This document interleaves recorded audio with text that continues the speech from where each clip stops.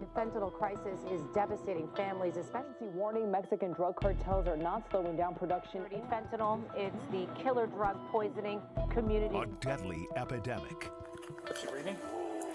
Opioid overdoses ravaging America. I'm going to grieve the rest of my life because that's my son. This drug does not discriminate for socioeconomics or race or religion. You will die if you take this drug. 50 times more potent than heroin. Fentanyl is robbing us of our children. It is robbing us of an entire generation. As you can see, there's a line on this test strip, which means that this pill contains fentanyl. Fentanyl is different from any other street drug that has ever been on the streets of the United States of America. It is an instant killer. From our cities, I walked into his room and I found him slumped over his desk. To the suburbs. When I answered the phone, the very first thing I heard was this horrific scream in the background. The number of casualties is shocking. They use babies as a shield in order to run that operation. More than 100,000 deaths last year in the U.S. We're not arresting our way out of this problem. Families grappling with unfathomable loss. All I kept saying is, no, he wouldn't leave me. He would not leave me. Tonight, we take an in-depth look inside this public health threat. Welcome to this special presentation, Saving a Generation, the Fentanyl Crisis.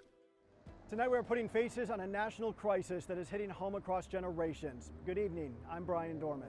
I'm Sally Hernandez. We're here at the U.S.-Mexico border, a hotspot for drug cartels smuggling deadly fentanyl into the U.S. It's also where federal agents are trying to break that supply chain, with 130 people dying every single day from an opioid overdose. We start with the story of Janelle Rodriguez. She lost her son Noah to a fentanyl overdose. He was just 15 years old, bought what he thought was Percocet from a friend on Instagram. They met at the neighborhood park. Detectives told Noah's family they did not think Noah knew that pill was laced with fentanyl. It was midnight when the phone rang. Everyone in the house was asleep when Janelle Rodriguez reached for her phone. Her first thoughts, maybe it was her 15-year-old son Noah. He was spending the night at a friend's house. Maybe he was calling to say goodnight. Maybe he remembered what he wanted for his birthday. They were just talking about it on the ride over to his friends after a family barbecue. So I told him how proud I was of him and that his 16th birthday was just around the corner. And I had always told Noah that when he turned 16, I was gonna make him the party of the century. So I was like, what do you wanna do for your 16th birthday? And he said, I don't know, but I do know I want Tres Leches cake. Happy birthday, dear Noah. Happy birthday to you. Birthdays have always been special to Janelle. She and Noah always had a deep bond. Growing up, Noah was just an easygoing kid. Even into his preteens, we never really had issues with him. He was just always so respectful, not defiant. What is it? It's the stem. You made it? Yes. Cool. An honor student, an athlete at a high school in Kyle, Texas, and a big brother. Jolene is a lot like him. She's full of energy. Yeah. We were strict parents. We were, Noah? We did all the things. We took his phone randomly. Brandon searched it because I'm not very savvy in that. We went through his room. We knew all the friends, knew all the numbers, the parents, and this and that. We did everything we thought to do. Janelle and Brandon said they talked to Noah about drugs. We knew Noah was experimenting. We knew. It was a fight in our home. But we didn't know. We thought we were fighting THC vapes. But when Janelle picked up the phone that night, it wasn't Noah. When I answered the phone, the very first thing I heard was this horrific scream in the background, and the parent in a panic, Janelle, I think Noah overdosed. So I got up as fast as I could, and I'm pacing my house just screaming, no, just back and forth, no. Emergency crews were already on the way. Janelle could hear the desperation on the phone. This parent on the other end of the line is telling me that I've been doing CPR on him for 20 minutes Every time I push on him, there's vomit coming out of his nose. She's like, I'm so tired. I'm begging her, don't stop, please don't stop. Just turn him over on his side so he doesn't choke on his vomit. Please don't stop. Janelle rushed to Noah, calling her mom on the way in a race to see who could get there first. We get to the scene and I'm ready to jump out of the car and go inside to be with him. But my mom approaches me and she's standing about 5 feet in front of me. She's just staring at me. And she puts her head down and shakes her head. There had been a recent wave of sudden 911 calls of fentanyl overdoses, and medics quickly suspected the same in this case. They worked on him for 45 minutes, administering 2 Narcan injections. But it wasn't enough, and instead of planning Noah's epic 16th birthday, Janelle was now planning her son's funeral. Hundreds showed up to say goodbye. Noah was loved by his friends and family, but no one more than Janelle. The biggest smile, like Noah's smile, just was gorgeous. Staggering statistics show how the fentanyl crisis affects kids across the country. The CDC disclosed that in a 5-year period from 2016 to 2021, fentanyl overdose deaths in the U.S. had soared 279%, a surge in fentanyl-related fatalities that has led to a nearly 3-fold increase in deaths among older teens. Younger children are gaining access to pills or substances laced with fentanyl. For adolescents, the culprit is more likely a lack of awareness that the pill they are taking contains fentanyl. Frequently, teens get those counterfeit pills through social media sites. These drug dealers, they're not out on the corner. They're not skulking in the alleyways. They're coming into your kids' bedrooms. In July, 2 3-year-old twin boys from the San Fernando Valley in Southern California died after being exposed to fentanyl. This tragedy is part of a disturbing trend where babies and toddlers are increasingly becoming victims of the opioid crisis. In September of 2023, 4 children were poisoned from fentanyl exposure at a Bronx daycare in New York. One of those children, Nicholas, was just a year old, died. His father left to pick up the pieces. She was lying every single day. The real business was behind this screen. This was not really a daycare center. This was a drugs operation. And they used babies as a shield in order to run that operation. It has been said time and again that no parent should ever have to bury a child. A mother in Bakersfield, California had to experience that trauma not once, but twice. Alexander and Andrew Cullors grew up in Bakersfield, California. They were just 5 years apart in age, but their mom, Carrie Walker, says they were very different in so many ways. Alex had a heart of gold. Still had a stuffed animal stuffed under his pillow. He would never admit it, but he did. So he was kind of just the sweet one, the loving one, the heart. But he also had his struggles. He had a learning disability, and in middle school he started skipping class, smoking pot, and getting into trouble with the law. But Carrie said he always tried to get his life back on track. Andrew was the fun one. Andrew was definitely my baby. He just had fun with life, with everything. He also started smoking marijuana in middle school, but unlike his older brother, his struggles were with overachieving, stressing himself out with unrealistic goals. The first to adulthood was Alex. At 18, he got a place and met a girl. It was just constant fighting and problems and emotional tug-of-war with each other. One night after a fight, he ended up back home with Mom. He said, I have a headache, I don't feel right. And, I said, we need to take you to the hospital. And he said, no, I'll be fine. When I went into his room the next morning,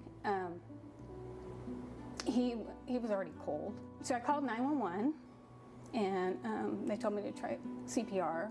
I tried to explain to him, there's nothing. But I did. And no, he was gone.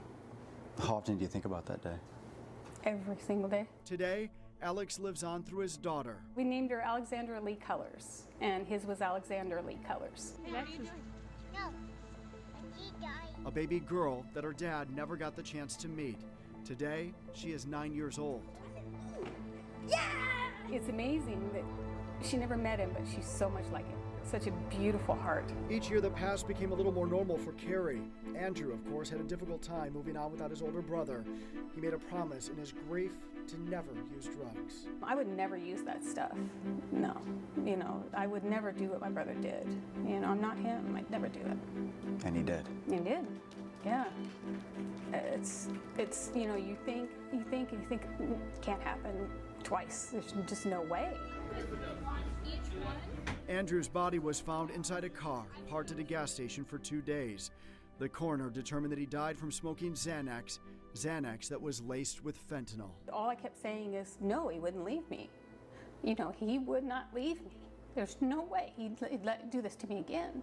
In order to cope with her own grief, Carrie started a nonprofit to support other grieving moms called Steps of Change. So I began just reaching out to actually his friends and parents, and I've gotten a lot of connections there, and sadly I've gotten a lot of funerals there. Children think they're invincible. So if someone gives them something, they think, you know, nothing's going to happen to me. It's different. I'm different. My son thought he was different than his brother. He wasn't any different. For these parents, their loss has turned into action, focusing their attention on education and harm reduction programs in hopes of lessening fentanyl's death grip, especially among kids. With that comes the need for access for a new lifeline, naloxone, or more commonly known as Narcan. Sterling Elliott says he always carries a Narcan nasal spray. If the need comes on, I know what I'm doing. Elliott's a clinical pharmacist at Chicago's Northwestern Medicine. He's training pharmacy students what to do when someone needs a life-saving dose. This is, I think, the new CPR. This is yet another way that you can be a good Samaritan and save somebody's life. When a surge of fentanyl poisonings hit the streets of Austin, Texas. We're gonna do one more, okay? Security guards administered Narcan and saved lives. Fentanyl poisoning stops the brain from controlling the respiratory system. Narcan blocks the effects of the drug and lets the person breathe. One big spray up one nostril. Growing efforts aim to make sure more people have access to Narcan and know how to use it. San Francisco's Department of Health trained thousands of people in the community. Cities like St. Louis have boxes placed in public areas where people can get Narcan for free. And in tiny Oneida, Tennessee, a little girl started a blessing box with food for the needy. Now her dad adds free Narcan kits to the shelves. And in Southern California, the San Fernando Library provides a series of videos, just 6 minutes total time for anyone who needs to know how to use Narcan. And they keep it on hand and give it away.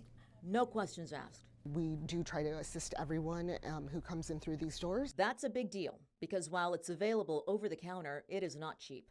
A box of Narcan will cost you close to $50. The cost can be prohibitive and be the difference between life and death. Up next, a look at the newest border hotspot, where Mexican cartels are making huge profits, smuggling illegal fentanyl into the U.S.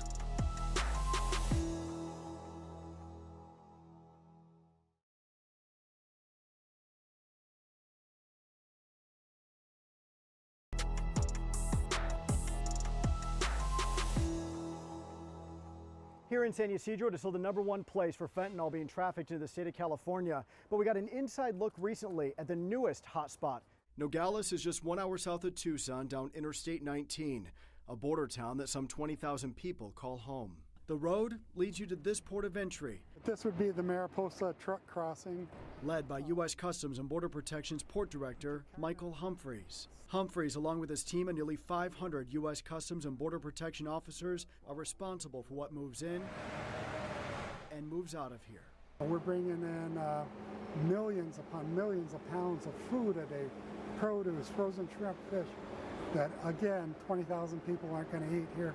It's going throughout the U.S. So everything we do here in Nogales, Arizona means something to people on the West Coast, East Coast. Commercial drivers are lined up for as far as the eye can see. Humphrey says most products in your home that don't say made in the U.S. came through a southern port on one of these trucks. Yeah, we get stuff that I'd never seen before. These vehicles are scanned through large x-ray machines.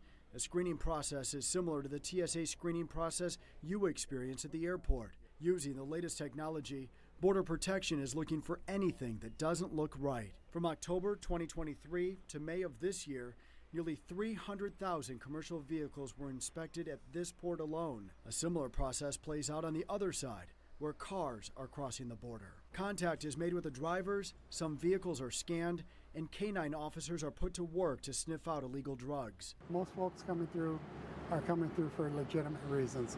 We have to find that small, needle in a haystack or needle in a stack of needles. Humphreys uses social media to spread the word about the vast amount of illegal drugs. In early May of this year, nearly 1 million fentanyl pills and nearly 5 pounds of fentanyl powder were found hidden in door and floor panels. Another 24 pounds of fentanyl powder was found by canine teams, hidden in a modified headlight, with nearly 233,000 fentanyl pills concealed throughout this car.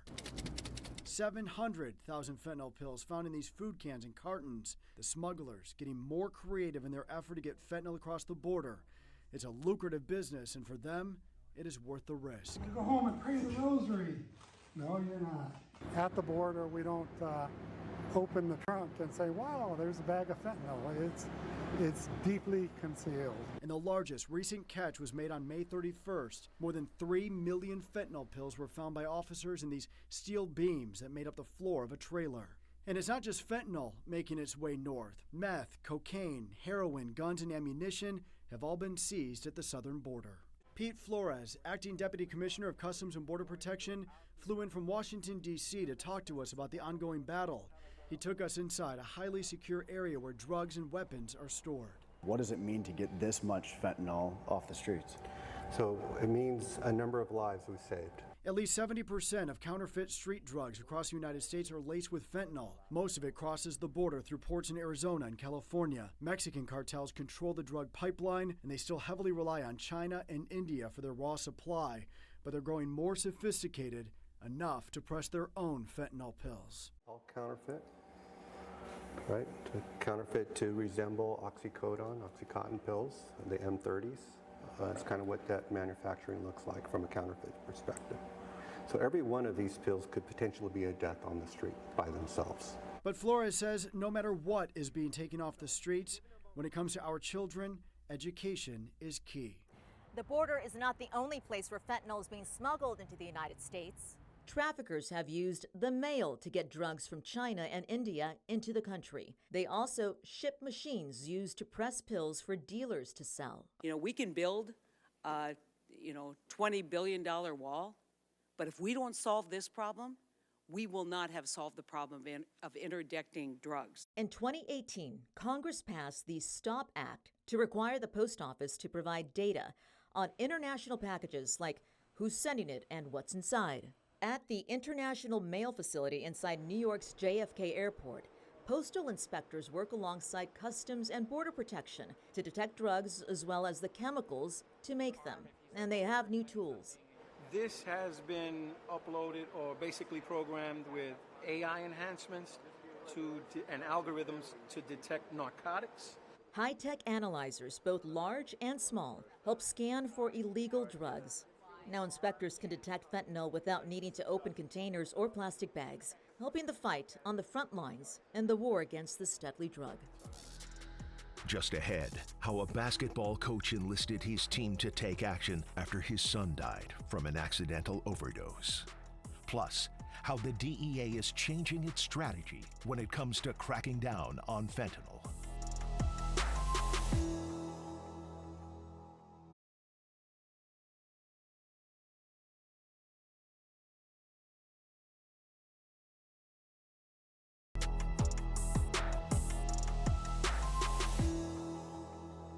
It's a tragedy that spans from California to Utah. A former Fresno State basketball coach never thought that his son, a basketball star turned football standout, would play a deadly game with fentanyl. But he did. And in 2022, at 26 years old, his dream of making it to the NFL ended. Grief. I'm going to grieve the rest of my life because that's my son. May 11th, 2022, a day that would forever change the life of Von Webb. And they called me and told me that they found him.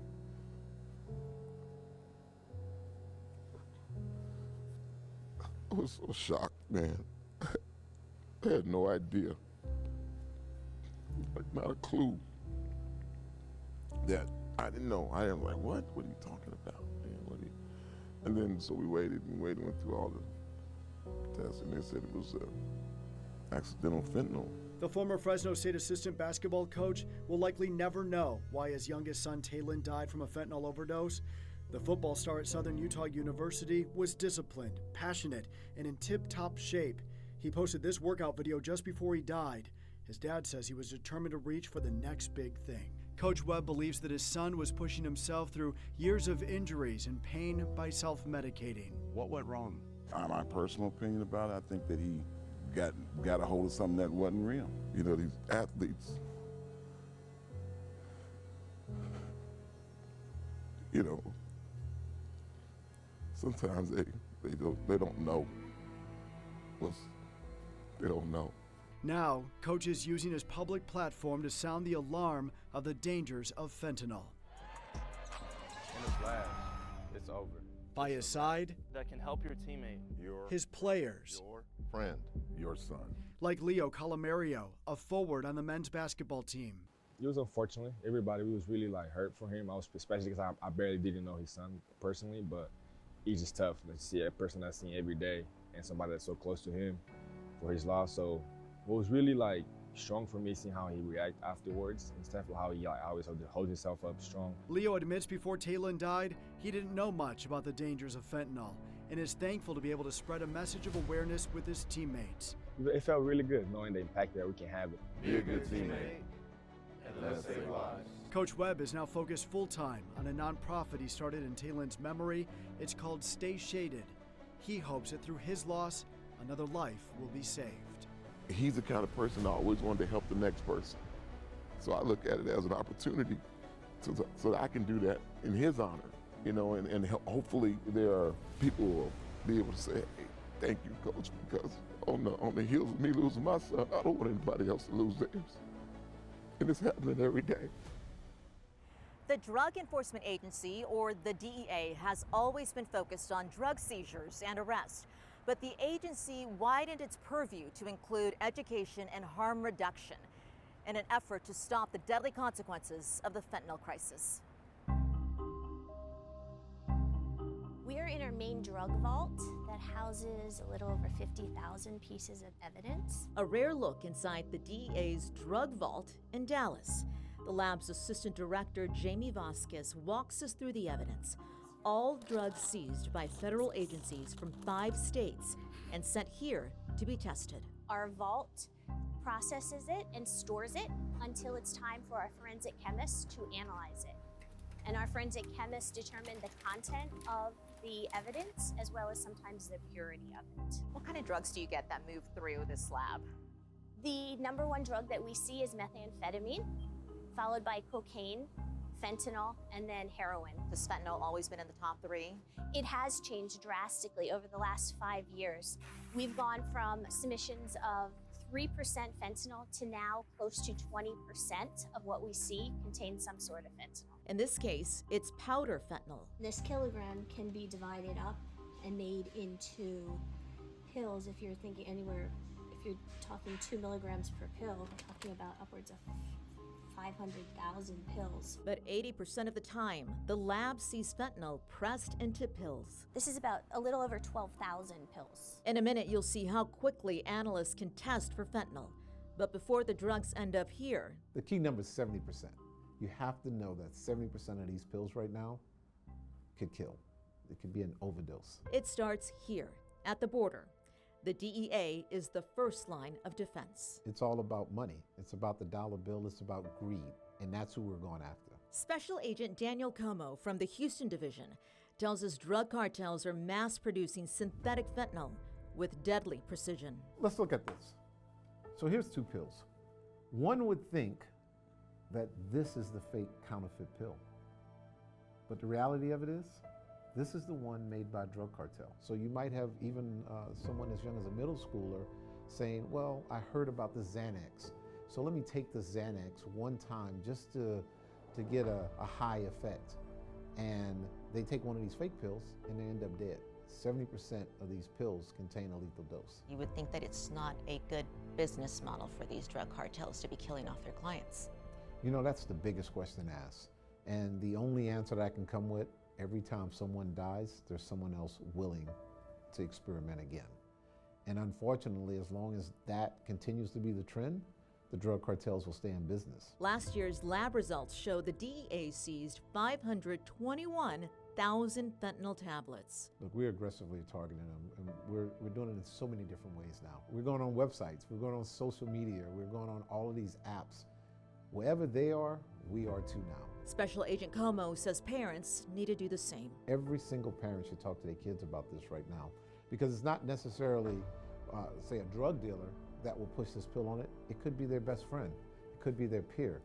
And if you don't have those type of conversations with the kids, they might think nothing of it. Back here at the lab, fentanyl testing takes priority. So our triage protocol for evidence coming in is fentanyl and methamphetamine as per our DEA administrator's priority list. And what have you found? On average, our pills contain roughly 2 milligrams of fentanyl per pill. One pill tested from a bag of thousands. Just swab it, place that in this water. Water goes on the test strip, and in just a matter of very little time, shows the results in less than a minute. As you can see from this line on this test strip, we have a positive for fentanyl. So assuming that each tablet contains 2 milligrams, we have enough doses to potentially cause overdoses for over 12,000 people. Coming up, a look at how social media is playing a dangerous role in the distribution of illegal synthetic opioids ravaging America.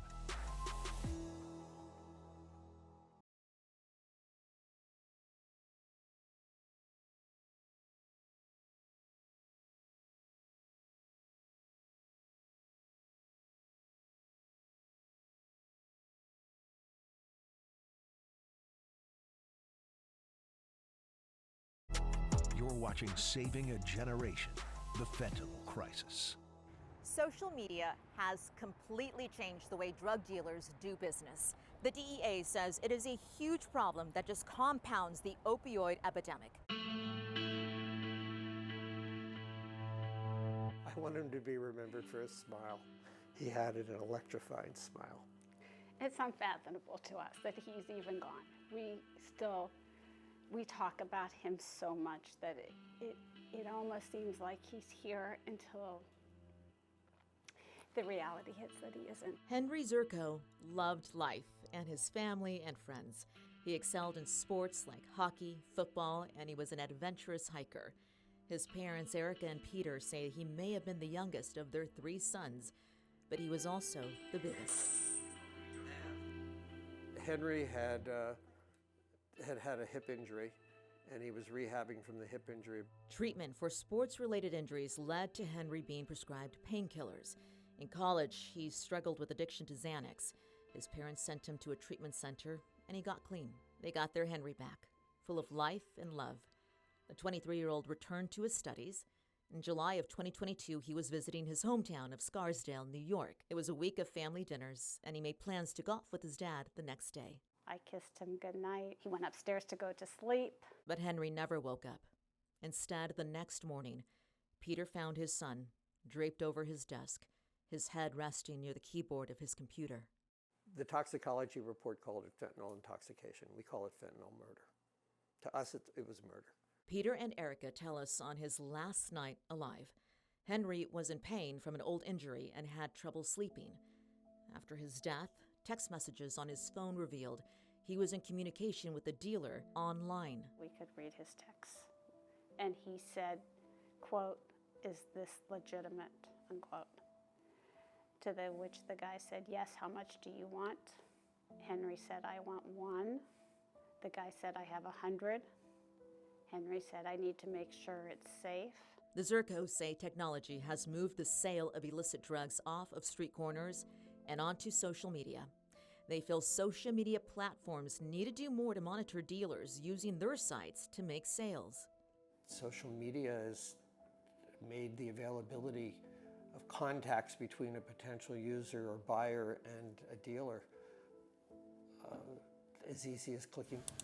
The proliferation of drug trafficking on social media is so serious that the Drug Enforcement Administration sent out an alert about the emerging threat, saying in part, criminal drug networks are abusing social media to expand their reach, create new markets, and target new clients. The DEA also warns code words and emojis are being used. While the grief over losing their son will never cease, the Zirkos have put their efforts into preventing what happened to them from happening to another family.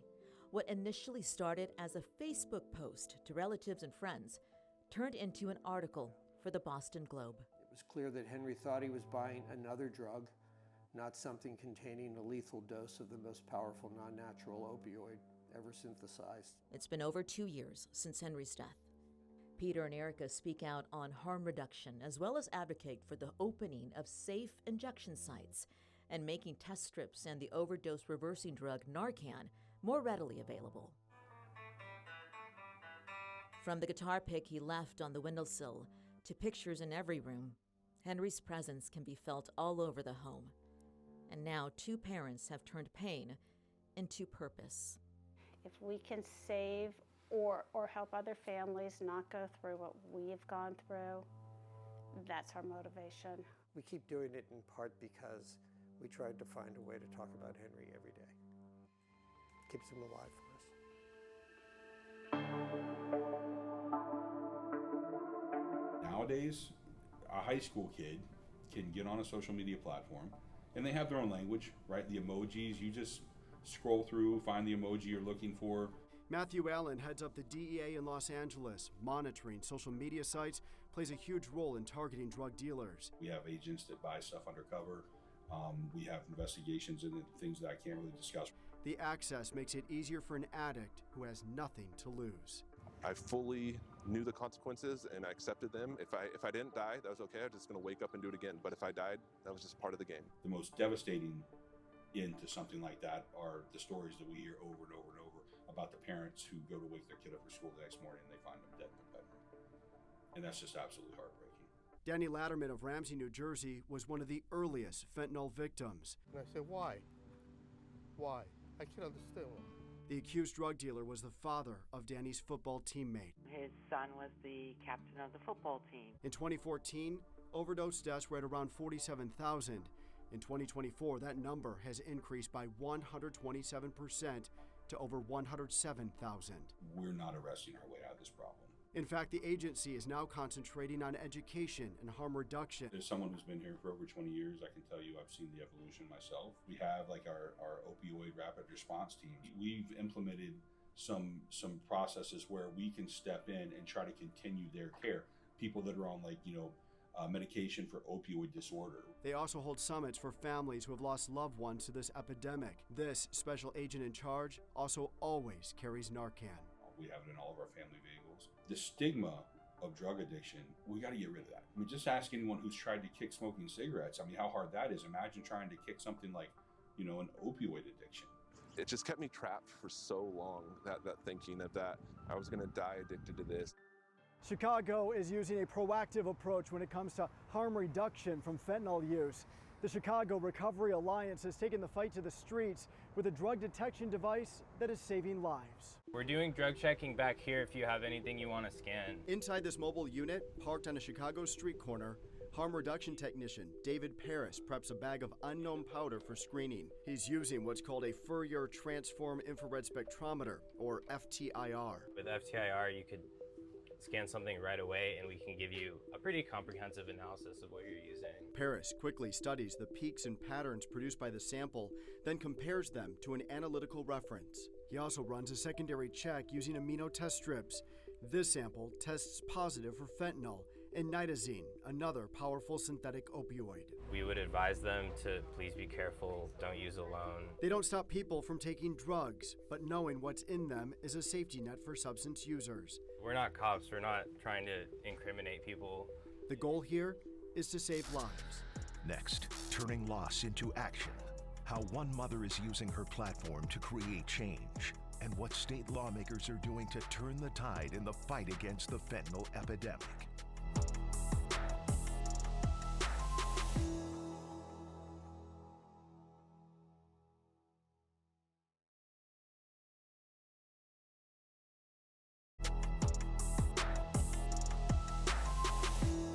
fentanyl crisis can hit any of us, even those who are aware of the danger.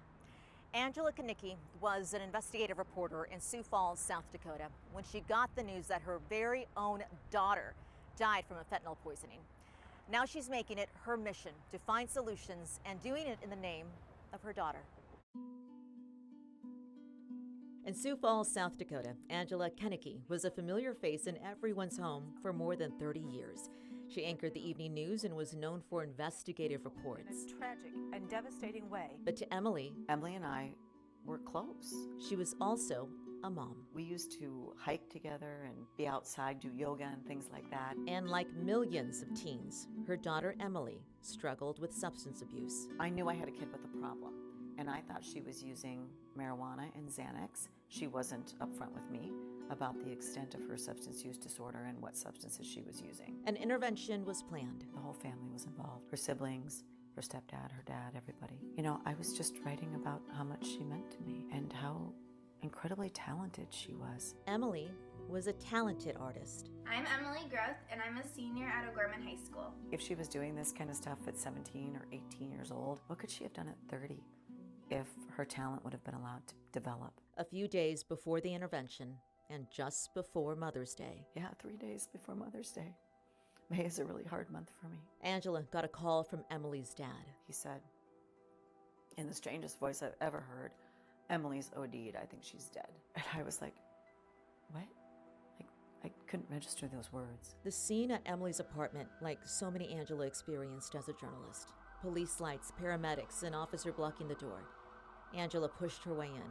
Yeah, a few moments later, the paramedic came out and told me that she was gone, that there was nothing more they could do, and that they had administered 2 doses of Narcan. Her body on the floor of her bedroom. Angela by her side. That's the part that haunts me. You know, I was just me and her in a room. I mean, I'm glad I had that because some parents aren't allowed near their children. Emily died from heroin laced with fentanyl, enough fentanyl to kill 6 people. I actually followed the ambulance in my car for quite a ways till they took her to the morgue. The worst night of my life. A few days later, Angela delivered the news with a broken heart. The opioid epidemic has hit home in a tragic and devastating way for me personally. On May 16th, my 21-year-old daughter, Emily, died of an overdose. Her official cause of death was fentanyl poisoning. That's when Angela went to work on the biggest investigation of her life.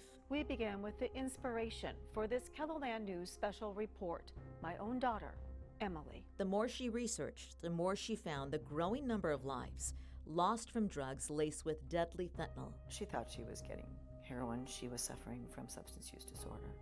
She wasn't intending to die. She shouldn't have died. I felt it was my duty to speak out and to say what happened to me and to be vulnerable with people. Angela started a podcast called Grieving Out Loud to raise awareness. We have to find that resilience within us. She travels the country speaking to thousands to prevent it from happening to them. I know we're making a difference, but I want to see this drug epidemic end. It's all part of Emily's hope. I started it just within a few months after losing her. A charity that raises money to get people into treatment and recovery. But perhaps most importantly, education. Our gold star is our substance use prevention curriculum for grades K through 5. What do you think it is? Grace. All of these things that kids need to learn and what substances do to the brain and how to protect their bodies and brains. I think parents are really realizing that this is vital. Angela still holds on to the intervention letter she never got to read Emily. I just thought I had time. And I didn't have any time because of fentanyl. And while she didn't have time with Emily, Angela still has hope. You know, I never gave up hope on my daughter, and that hope lives on through Emily's hope. Angela's work extends to our U.S. Capitol. She was a guest at the White House for last year's Opioid Awareness Day, one of 50 people invited who lost loved ones to overdoses. I think together we can make a huge difference. It's wonderful to have these policymakers listen to us, to hear about the efforts that we're doing in our local communities, but also to learn from us and to learn what can be done to make things better. Across the country, family members like Angela have helped fuel changes in laws at the state level. Last summer, Texas Governor Greg Abbott signed 4 bills into law, among them a House bill known as Tucker's Law. It requires school districts to educate students about fentanyl. It's named after Tucker Rowe, who died at the age of 19 after taking a tainted Percocet pill bought on social media. His mom, Stephanie, helped push for the legislation. I believe that if teenagers and others are aware of the dangers, they understand just how lethal this poison is, just how addictive it is, they can make better decisions. Another bill allows fentanyl deaths to be investigated as murder. Texas now one of several states ramping up criminal penalties. Alabama lawmakers set mandatory minimum sentences for fentanyl trafficking based on the weight of the drug. Penalties can go as high as life in prison. Georgia created a new category of crime for prosecutors. Now anyone who sells fentanyl to someone who dies can face felony aggravated involuntary manslaughter charges. Kansas increased penalties for distributing fentanyl. The drug can also be included under child endangerment crimes. And in California, voters could put pressure on people who deal fentanyl. Proposition 47 includes tougher penalties for selling drugs mixed with fentanyl and makes it easier for a dealer to be charged with murder if it results in a death.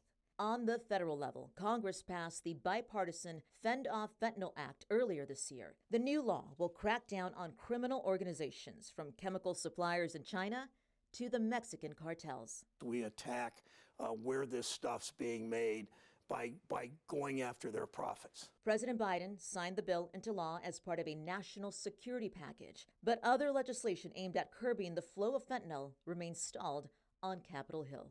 Test strips can be used to determine if drugs contain fentanyl. Drug recovery experts say those test strips can save lives, but they're not legal in some states. While these new laws take aim at education and prosecution, many fall short when it comes to harm reduction. In Indiana, lawmakers blocked a bill earlier this year to decriminalize drug test strips. The strips could now be considered drug paraphernalia.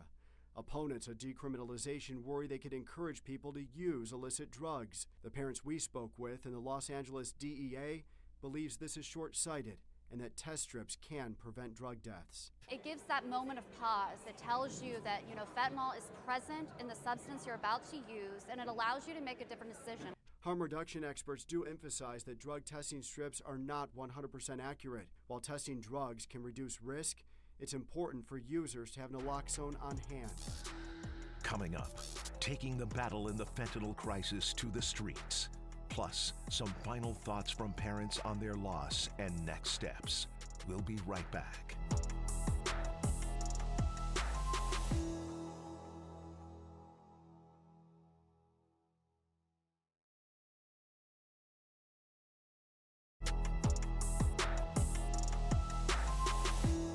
More than 2/3 of drug overdose deaths now involve illicitly manufactured fentanyl. It is a deadly and devastating crisis, but some people on the front lines are finding innovative ways to help fight the problem and save lives. We can't rehabilitate somebody who's dead.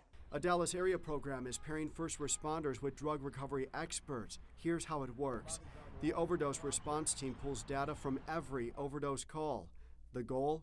To meet the person who overdosed face to face. Asking them, hey, can we help you? And meeting them where they're at.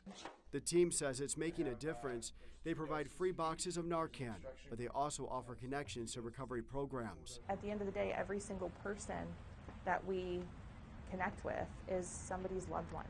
There's somebody who wants that person alive. In Arkansas, there is now an app to help people find resources to fight fentanyl addiction. The Arkansas Opioid Recovery Partnership created the Revive AR app, a free one-stop shop. There's a real need for resources, treatment, recovery, prevention, and understanding to defeat the stigma around opioid use disorder. In Pennsylvania, state officials teamed up with a nonprofit substance use treatment provider to launch a mobile rehab program. It's called Driving Recovery for PA. The mobile program aims to help hundreds of people in a region with some of the state's highest rates of opioid overdoses. One takeaway from all of this is that you do not have to face this problem alone. Some families who lost loved ones to fentanyl are working for change, taking steps to keep others from experiencing similar loss. It does re-traumatize me every time I have to say it. It's painful. It gets harder for us to talk about it every time. For a parent to tell the story of their child's death. Time stood still, and it did for a really long time afterwards. Let's see what we have here. But for these families, there is a vital need to share. People need to know. They need to know how available it is and how responsible they have to be to watch it. I want to take people there with me because I want them to understand how awful it is and how no one ever expects to be put in this situation. To turn agonizing loss into action. I'm moving forward. That's going to be part of my mission, is to make sure that I put as much information out there and bring as much awareness to every person I can reach. Powerful knowledge gained through tragedy. Hearing it from us is from a mother that's been through it, does make an impact on the kids more than just hearing it from someone on a video, you know. I would just say, talk to your children every single day about fentanyl. They're going to get annoyed, but it's your job. And pushing to make a difference. Test. Don't do drugs by yourself. We think test strips should be readily available. You have to empower the user to protect themselves, and they can't do that by themselves. Working to limit the damage from this deadly drug. If we can just save one life, if one mother, and I always say mother because I am a mom, but of course any family member, if I can spare them that kind of pain, it will have been worth it. As we have seen tonight, there are no easy solutions. Fentanyl is poisoning our friends, our families, our children. No one is immune. From law enforcement agencies across America to parents who have experienced unbearable loss, they all agree there are first steps: awareness, education, harm reduction programs, all a path to saving a generation. Thanks for joining us. Good night.